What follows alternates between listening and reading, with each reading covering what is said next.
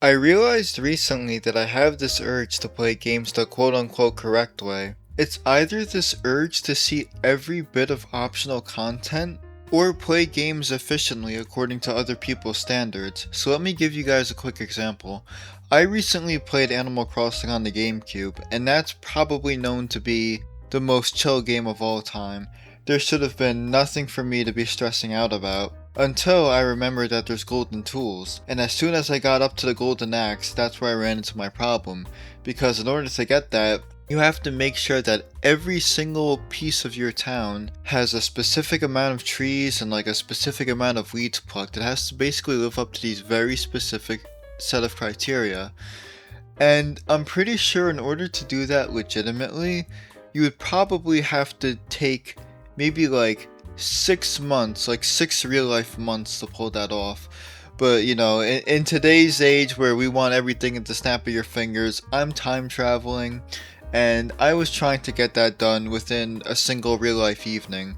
So instead of actually sitting there having fun and playing the game as intended by the developers for me to just play it to my own standards, I had ended up killing my entire evening. All because I felt like I needed to get every bit of optional content out of this game. And that's the moment I realized that I don't just apply this to Animal Crossing, I apply this to almost every single game of every single type of genre. Like the GTA Definitive Trilogy. That was the first time I was playing games like San Andreas and Vice City. And again, for whatever reason, I felt like I needed to see every single bit of optional content I could. And that caused me to end up 100%ing both games, which I'm totally fine with because I actually thought those games were a lot of fun. But then I got to GTA 3. And I'm sorry if you're a GTA 3 fan, but that game is absolute dog shit. Even getting through the main story itself was a drag for me. And I still haven't even finished that, by the way. But to do the optional content in that game, like the stupid ambulance missions and the firefighting missions and that, I was sitting there actually logging onto the game and feeling like, okay, here's some more work to do. And I'm like, why am I doing this to myself? Like, why am I forcing myself to play all of this optional content in games where I don't even give a shit, right? And like I said, it goes beyond just wanting to see optional content. It also goes into wanting to play games optimally according to other people's standards. So, for instance, in Minecraft, right? When I was a kid playing Minecraft, I used to just throw my shit into chests completely unorganized, like that wasn't even a thought to me really. As I got older, there was like a bit more organization, but now like I'm trying to emulate people's storage rooms. You ever see those big ass storage rooms where there's like enough space for every single item in the game just like perfectly fitted? Like these people are out here with Excel spreadsheets figuring this shit out. I don't want to turn gaming into that. If that's your thing and you're into that and you're into these like very elaborate builds that just kind of optimize everything for you, more power to you.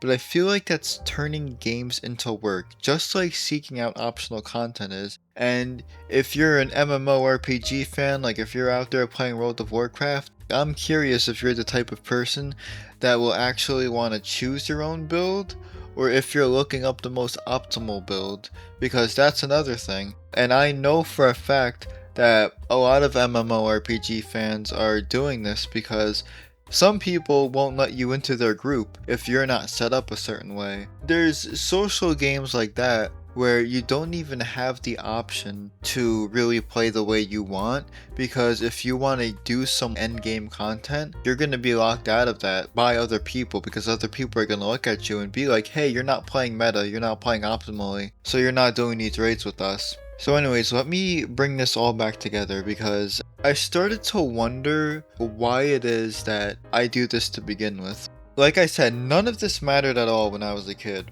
So why as an adult am I turning games into chores? There's a couple of reasons I realized. I feel like the most obvious reason is money. I remember the standard price of games reaching $70, which I thought was ridiculous. And now with Switch 2 games and the standard price of GTA 6, we're reaching $80 becoming the standard price. So I feel like it makes sense when you look at it from a money perspective, wanting to feel like you're getting the most out of your games and that you're not making any mistakes, so to speak. You're playing the game correctly.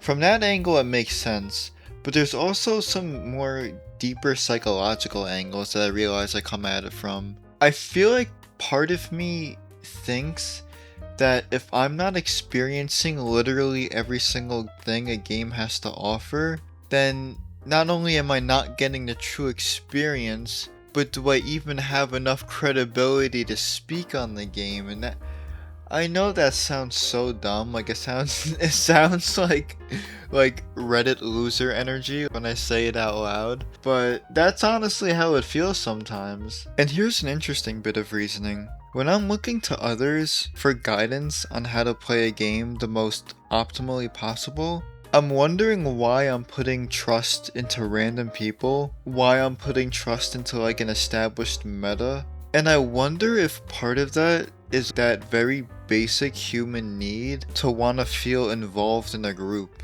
Does that make any sense? It's as if I want some bozo to come over and check my work and basically give me permission to keep playing the game almost. But there's definitely exceptions we need to talk about, because I'm not trying to make this video saying if you go out of your way to do optional content in a game or want to min-max as best as possible that there's something wrong with that, because there's definitely not anything wrong with that.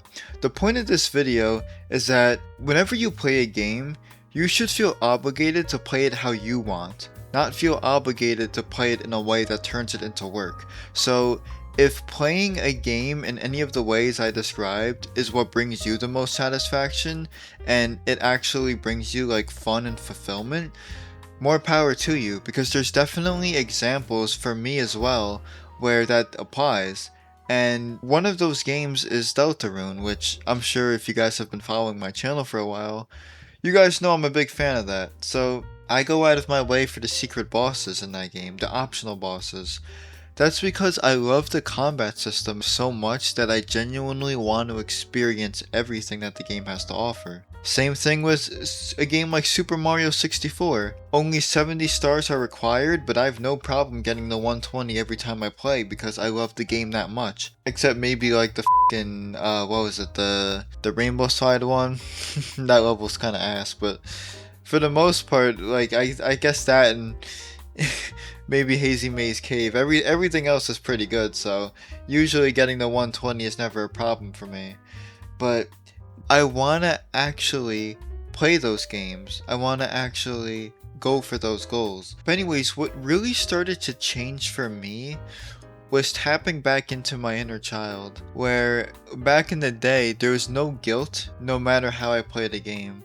And when I started playing like that again, I noticed I've been able to get myself immersed, and I'm able to try things out the way I want to try them without thinking about how would a community try this, or am I missing out on anything? If I see something in a game, I see it. If I end up missing it, it's whatever. And it's just a matter of putting trust back into my own experience and not chasing this weird sense of certainty. Certainty that I've done everything correctly, that I've made no mistakes, that I'm playing according to other people's standards.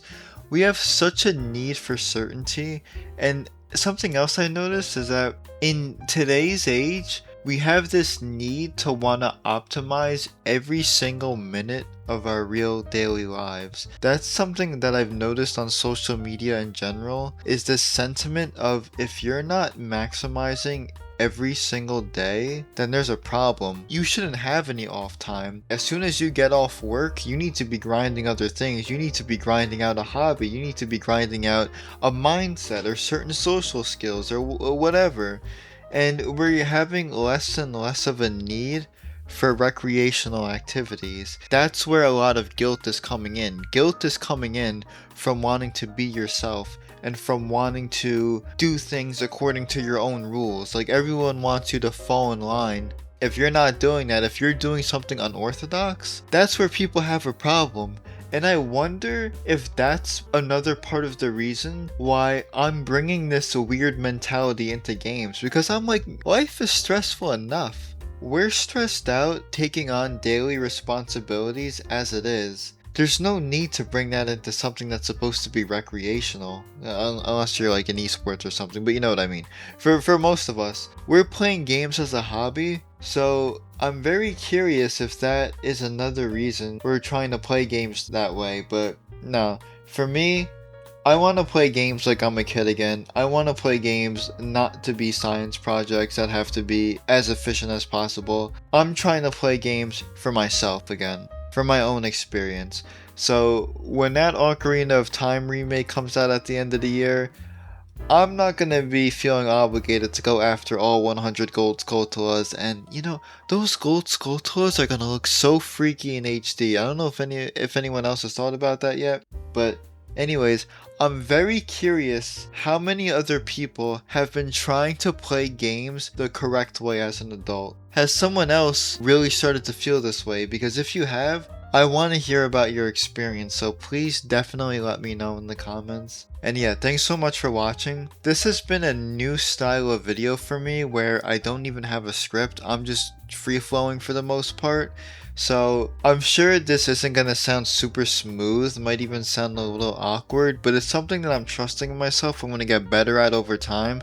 It's a new skill I'm trying to learn, and it's a lot more fun for me because not only do I get to share a lot more of my own personal experiences, but I feel like without a script, I'm not sounding so overly over the top with a content voice, you know? I don't even mean to put that on, but I feel like in some of my videos, you know, I'm really trying to sound like this. Like, I'm trying to sound so performative in a sense, but like, I want to bring my real voice to these videos and, you know, just have fun doing things my way. So, just realized this is actually really cool that this was my first topic. It kind of aligns with what I'm going for with my channel. But anyways, enough rambling. Thank you guys again. I'm going to make more videos like this, so let me know if you guys also like this format. And yeah, I'll talk to you guys later. Have a good one.